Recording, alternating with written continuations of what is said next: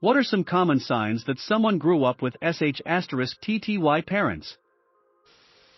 Emotional numbness, especially in the face of bad things.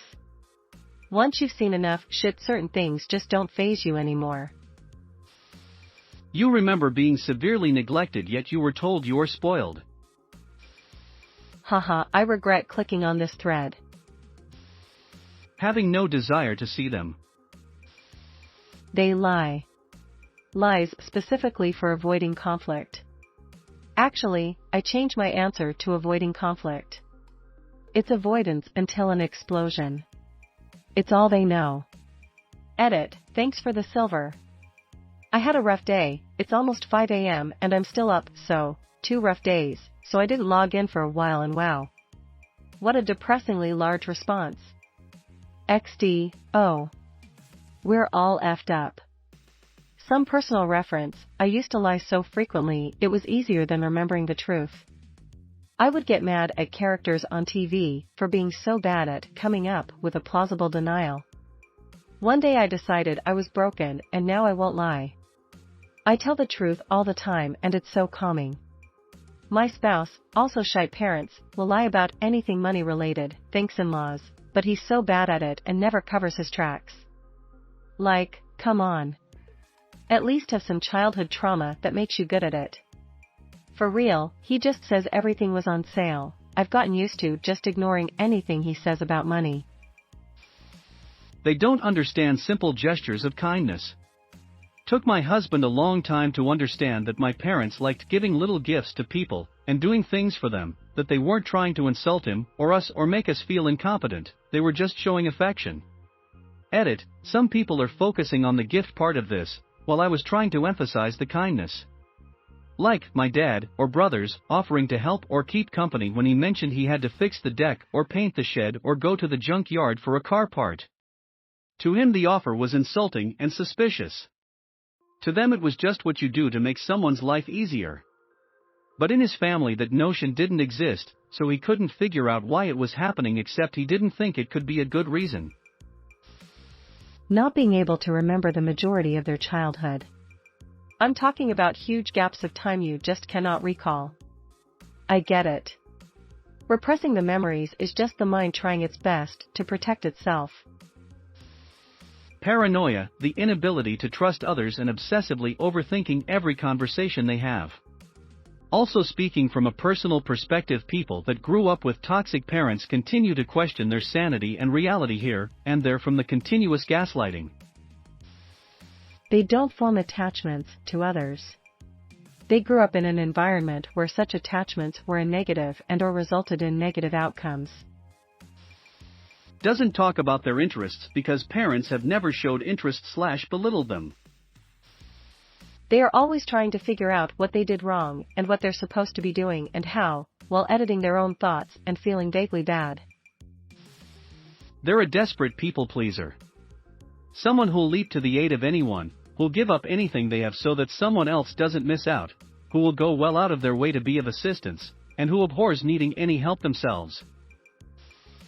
People who try way too hard to please, and are terrified to put themselves first. This is the saddest trait because it's the easiest for fresh predators to take advantage of when the parents are out of the picture. If only terrible parents knew or cared that they were grooming their kids for future abuse.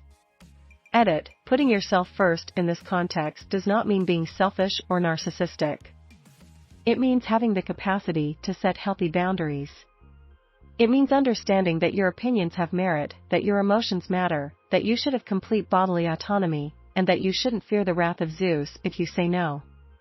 Also, it means that you should never have to do anything you're uncomfortable with to earn someone's love. Feeling like they're never good enough.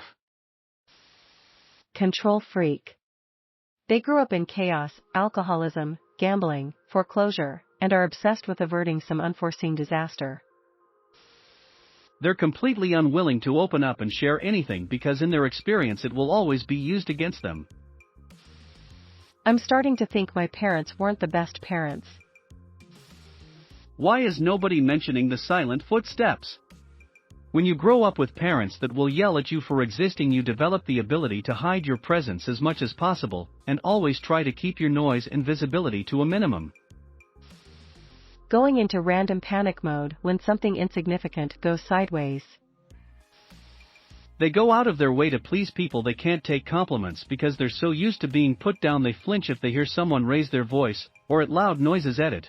I'm going to add in the fact that they're not good/uncomfortable with conflict even if they're not directly involved, because they inevitably get dragged into the conflict when their parents are arguing.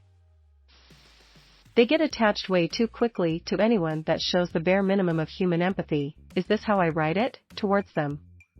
Edit. Thank you for the awards, and I'm also calling myself out with this. Having to completely reinvent your persona, because what you were taught by your parents doesn't work in the real world. The ability to love, but not believing for a second that anyone could love you back. That you simply aren't worthy of it. Storing up a lot of mental and emotional pain because you feel that nobody cares enough to listen.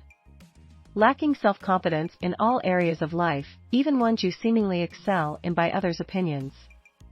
The complete inability to see yourself as worthy of anything at all. Getting defensive when asked to explain why you did something or why you chose to say what you said. Shutting people out or not pursuing a real connection with anyone because you feel that you are more of a burden to them than anything positive you could possibly offer to them. Not speaking up for yourself and instead choosing to fade into the background through fear that you will cause embarrassment. Damaging any potential romantic relationships because you can't believe their intentions towards you are genuine, simply because you don't feel you deserve any of it. The list goes on, but my heart hurts. They say sorry too much for things they shouldn't even be sorry for, especially for things like opinions or asking for things they want. They have unstable relationships, struggle in social situations, weren't taught basic household tasks, get nervous when someone raises their voice, don't know how to apologize or apologize for things they shouldn't apologize for, struggle with intimacy/physical touch, are often people pleasers. When they think they always cause problems for others, and when they are emotionally and socially closed off, so it's very hard for them to be more sociable, etc. Edit. Thanks for the awards and making my day better. LOL. Delivered a pizza today. The kid, around 15 years old, said sorry over 20 times and I was at his door for less than 2 minutes. It's the way they apologize. For example, it's not just sorry. It's sorry, said quick and urgently to avoid being hit. When I told my professor in graduate school that I wasn't going home for Christmas, he said, "Oh yeah, I mean, your parents can't be the best company. I've seen you apologize for being too polite." Like, yeah. People who flinch at close contact or fast hand movements close to them.